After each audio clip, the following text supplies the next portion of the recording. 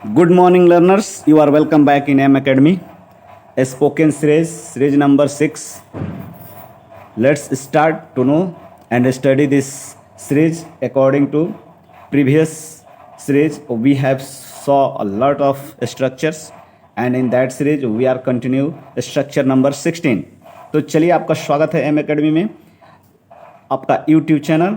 और अगर आप चैनल पर नए हैं तो सब्सक्राइब करिए और शेयर करिए ताकि और भी लोग इससे जुड़ सकें और लाभान्वित हो सकें, सीख सकें। तो चलिए आज का सेशन शुरू करते हैं। और सीरीज नंबर 6 आपके सामने है, देख लीजिए। सीरीज नंबर 6 हम लेकर आए हैं आपके सामने, और इसमें जो है क्या कहते हैं कि 6 नंबर सीरीज नंबर 6 है, लेकिन स्ट्रक्चर नंबर आपका 16 मिलेगा। और 16 क्योंकि मैंने 15 स्ट्रक्चर पहले कंप्लीट कर चुका है। अगर आप नए हैं तो पिछली वीडियो को भी देखिए मेरे, और बहुत सारे स्पोकन के कंटेंट्स आपको वहाँ मिलेंगे। ये मेनली ग्रामेटिकल तो है ही, फिर उसके साथ साथ ये क्या है तो स्पोकन कंटेंट है, सबसे महत्वपूर्ण बात। तो चलिए हम स्ट्रक्चर नंबर 16 देखते हैं। इसमें है मोर देन एनफ। ये सेंटेंस आप देखिए, ये एक स्ट्रक्चर है, मोर देन एनफ। अब इसको हम इस्तेमाल कैसे करते हैं, क्योंकि कमेंट में आ रहा है कि सर आप सिर्फ स्ट्रक्चर देते हैं, थोड़ा सा उसका एग्जांपल भी दीजिए। तो चलिए अब मैं डायरेक्ट उसको यूज़ करते हैं सेंटेंसों में, ठीक है ना। तो मोर देन एनफ, ये तो ठीक है, एक स्ट्रक्चर होता है। मोर देन एनफ मतलब ज़रूरत से ज़्यादा, कोई भी चीज़ है ना, लिमिट से अधिक कोई बात होती है तो उसको हम कहते हैं कि ये तो ज़रूरत से ज़्यादा है।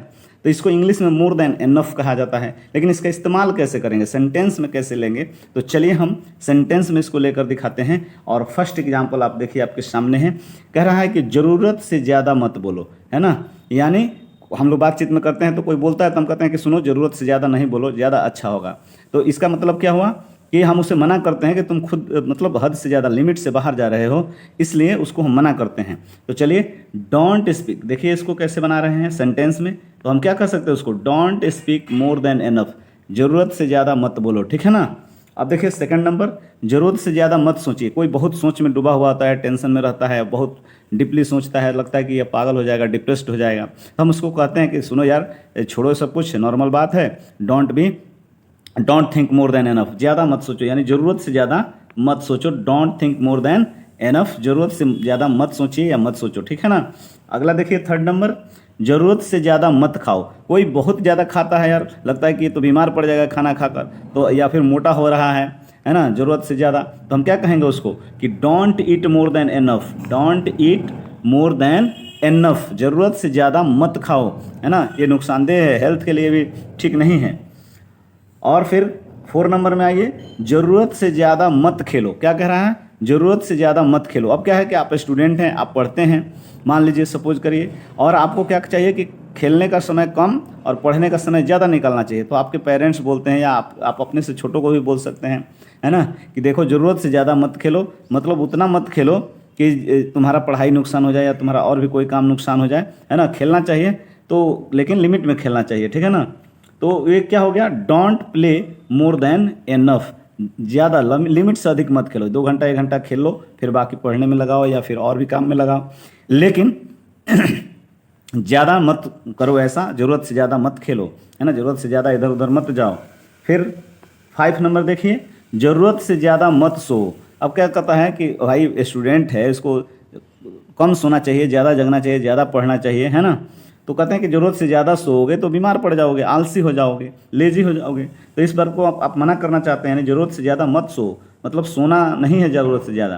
तो आप क्या बोले हैं कि don't sleep more than enough, यानी ज़रूरत से ज़्यादा मत सो।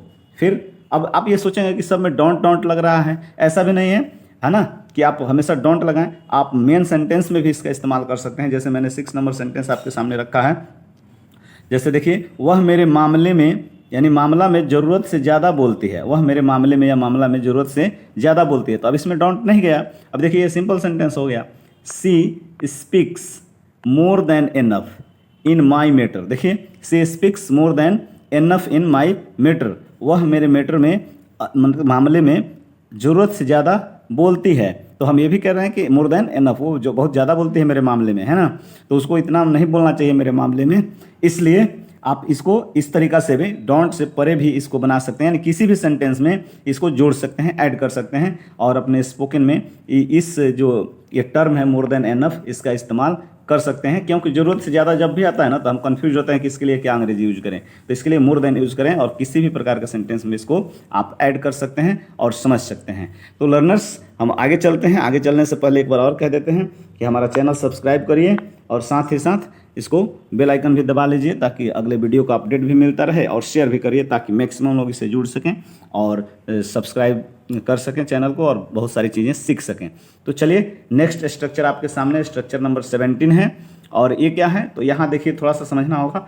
यहाँ शुरू में ही V1 लगेगा, वर्ब का पहला रूप। आप देखते होंगे एक्शन वर्ड जो होता है first V1 V2 V3 V4 होता है ना, उसमें से V1 पहले लगेगा, उसके बाद वॉट रहेगा, उसके बाद फिर यू आएगा, सेकंड पर्सन ही रहेगा हमेशा, है ना, फिर वांट रहेगा और फिर टू रहेगा, और दैट्स ऑल, फुल स्टॉप। क्यों?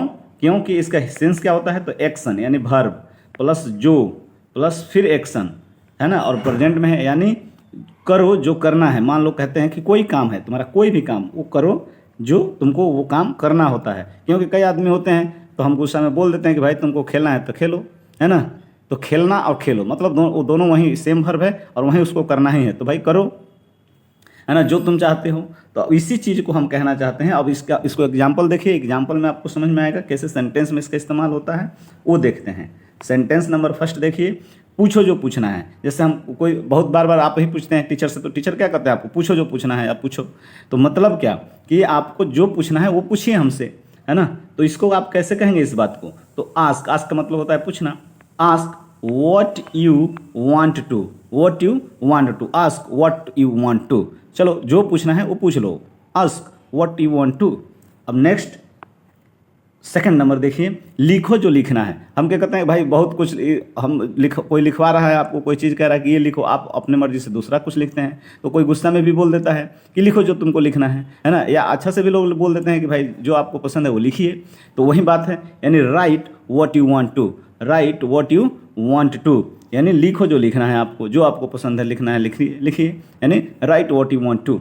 फिर देखिए, दिखाओ जो दिखाना है। जैसे आप कुछ दिखाना चाहते हैं, कोई टाइम नहीं दे रहा है और आप बार बार उससे परेशान कर रहे हैं, तो वो बार गुस्सा में कहता है ठीक है ओके, जो दिखाना है वो दिखाओ, है ना। यानी show what you want to, show what you want to, दिखाओ जो दिखाना है ना। यानी जो तुम दिखाना चाहते हो वो हमको दिखाओ, जो लिखना चाहते हो वो लिखो, जो पूछना चाहते हो पूछो। यही कहने का अर्थ है, यही तात्पर्य है। समझ में आ गया ना। इसलिए आप सोच रहे होंगे कि हम वांट क्यों आ रहा है, तो यही सेंस है इसका। सेंटेंस का सेंस इंग्लिश में कभी भी सेंस कैरी होता है, समझ गए ना। तो ये सेंस क्या कर रहा है कि दिखाओ जो दिखाना है, मतलब क्या, जो तुम दिखाना चाहते हो वो दिखाओ। तो इसका सेंस यही हुआ, और इसलिए ये क्या कह रहा है कि so what you want to, write what you want to, मतलब जो लिखना है, जो लिखना चाहते हो वो लिखो। अब चलिए नेक्स्ट सेंटेंस 4 नंबर, पढ़ो जो पढ़ना है, पढ़ो जो पढ़ना है। अब गुस्सा में हम कह रहे हैं कि ये चैप्टर पढ़िए, आप ये चैप्टर पढ़ रहे हैं, कोई ये पढ़िए वो पढ़ रहे हैं, तो गुस्सा में बोल देता है कि तब तुमको जो पढ़ना है वो पढ़ो। या फिर कोई प्रेम से भी बोलता है कि जो तुमको पसंद है वो पढ़ो, है ना। तो ये भी हो सकता है। तो ये दोनों सेंस में जाएगा। इसलिए यहाँ देखिए, read what you want to, read what you want to, तुमको जो पढ़ना है वो पढ़ो, है ना। अब देखिए second, next number, last number, सोचो जो सोचना है। हम कहते हैं कि भाई जो कुछ लोग हमारे बारे में गलत सोचते हैं, कुछ लोग अच्छा सोचते हैं। तो आपको क्या करना चाहिए, आपको बोल देना चाहिए कि भाई जो सोचना है तुम सोचो, हम तो भाई जो करना है वो करेंगे। तो वही चीज़ है, यानी जो कहते हैं। तो आप इस बात को कहेंगे किसी को, तो इंग्लिश में कैसे कहेंगे कि भाई सोचना है जो सोचिए आप। तो आप कहेंगे think what you want to, think what you want to, आपको जो सोचना है, आप जो सोचना चाहते हैं सोचते रहिए, हम तो भाई ऐसे करेंगे, ये हमारा, हमको ऐसे ही करना है। तो आप समझ गए इस प्रकार के सेंटेंसों को कैसे करेंगे आप इंग्लिश में। तो ये बहुत आसान हो गया है। Ask what you want to, write what you want to, show what you want to, है ना। फिर read what you want to, think what you want to, play what you want to, है ना। ऐसे बहुत सारे सेंटेंस आप बना सकते हैं, अनगिनत सेंटेंस आप ऐड कर सकते हैं अपने विवेक पर, ठीक है ना, और इस्तेमाल कर सकते हैं स्पोकन में। ये स्ट्रक्चर्स आपको बहुत हेल्प करेंगे। तो चलिए हम नेक्स्ट स्लाइड पर चलते हैं। फिर एक बार, अगर आप चैनल पर नए हैं तो सब्सक्राइब करिए और बेल आइकन को दबाइए और शेयर भी करिए वीडियो को ज़्यादा से ज़्यादा, ताकि और लोग भी इससे जुड़ सकें। तो चलिए अब नेक्स्ट स्ट्रक्चर आपके सामने है, स्ट्रक्चर नंबर 18, और आज का ये लास्ट स्ट्रक्चर होगा। और ये भी बहुत यूज़फुल स्ट्रक्चर है हमारे बोलचाल में। और इसमें देखिए 2 तरीके की चीज़ जुड़ा हुआ है। जैसे what is Hari, what is Hari plus late plus object. Object का मतलब क्या, ऑब्जेक्टिव केस आप जानते हैं। जैसे कि ही का ऑब्जेक्ट क्या होता है, तो हिम होता है, आपको पता है। आई का ऑब्जेक्ट क्या होता है, आई का तो मी होता है।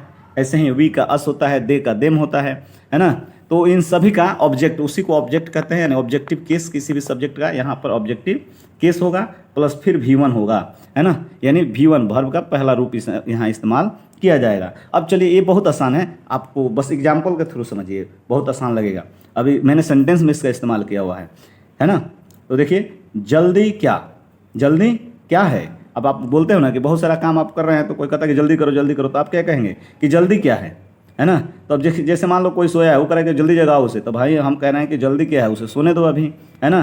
तो जैसे आप संडे है, तो पापा कहते हैं आपके कि मम्मी से कि जल्दी जगाओ उसे, तो मम्मी क्या कहती हैं, कह रहे सोने दीजिए, जल्दी क्या है ना, आज तो स्कूल है नहीं। तो वही बात है, जल्दी क्या है, उसे सोने दो।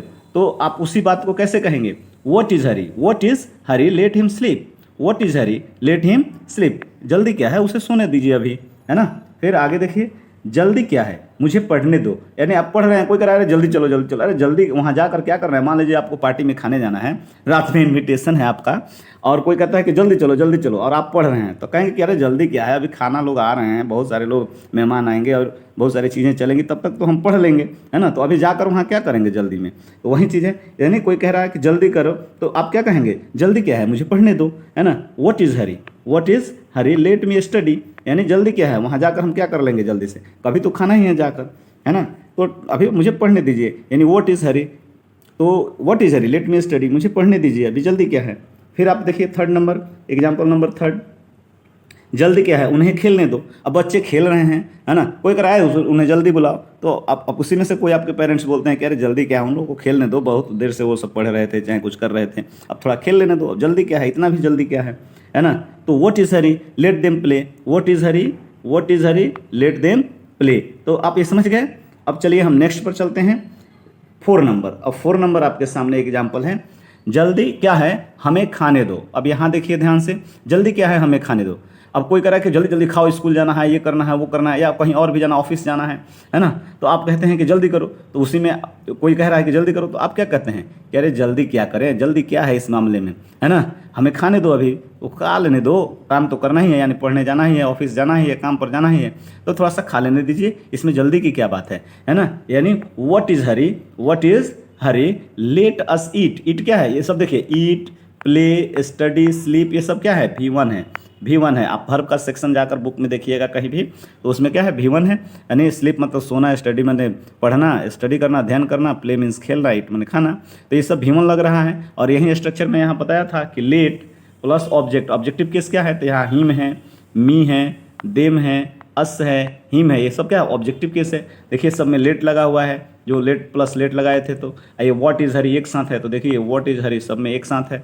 तो ये स्ट्रक्चर है, और इस स्ट्रक्चर पर हम चलकर ये सब चीज़ों को सीखते हैं। और यही स्ट्रक्चर्स हम आपके लिए सेंटेंस में भी इस्तेमाल कर दिए हैं, ताकि आप परफेक्टली इसको सीख पाएँ, ठीक है ना। अब देखिए, अब कह रहा है 5th नंबर और लास्ट नंबर ये सेंटेंस है, जल्दी क्या है, क्या कह रहा है, जल्दी क्या है, उसे सोचने दो। अब कोई चीज़ हो गया है, अब वो एक आदमी सोच रहा है, तो आपके ग्रुप में अगर मान लीजिए 3-4 ग्रुप है, कोई मामला फंस गया है, तो एक आदमी उसे सोच रहा है, तो ये कह रहा है जल्दी सोचो, तो वो कह रहे जल्दी क्या सोचे, वो जल्दी सोचेगा गलती सोच लेगा, कोई गलत निर्णय हो जाएगा।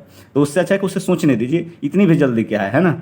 यानी जल्दी क्या है, उसे सोचने दो, थोड़ा आराम से सोचने दो, क्योंकि कोई हड़बड़ी में कोई मतलब खराब मैटर ना हो जाए, इसलिए उसे अच्छा से सोचने दो। तो यही आप कहना चाहते हैं, नहीं जल्दी क्या है, उसे सोचने दो। यानी what is hurry, let him think, what is hurry, let him think. अब एक बात यहाँ याद रखिए कि ये हिम है, तो ये लड़का के लिए है, लेकिन अगर हमें लड़की के लिए यानी सी के लिए बनाना हो, तो सी का ऑब्जेक्ट क्या होता है, हर। क्या होता है डियर, हर। आप यानी लड़की के लिए अगर आप इस्तेमाल करेंगे, तो यहाँ हिम की जगह हर बोलेंगे। जैसे मान लीजिए लड़की है, वो कह रहे हैं कि उसे सोचने दो, किसी लड़की को, तो what is hurry, let her think. यानी जल्दी क्या है, उसे सोचने दो, उस लड़की को सोचने दो। समझ में आ गया। तो आई थिंक आपको ये सब बहुत अच्छा से समझ में आ गया होगा।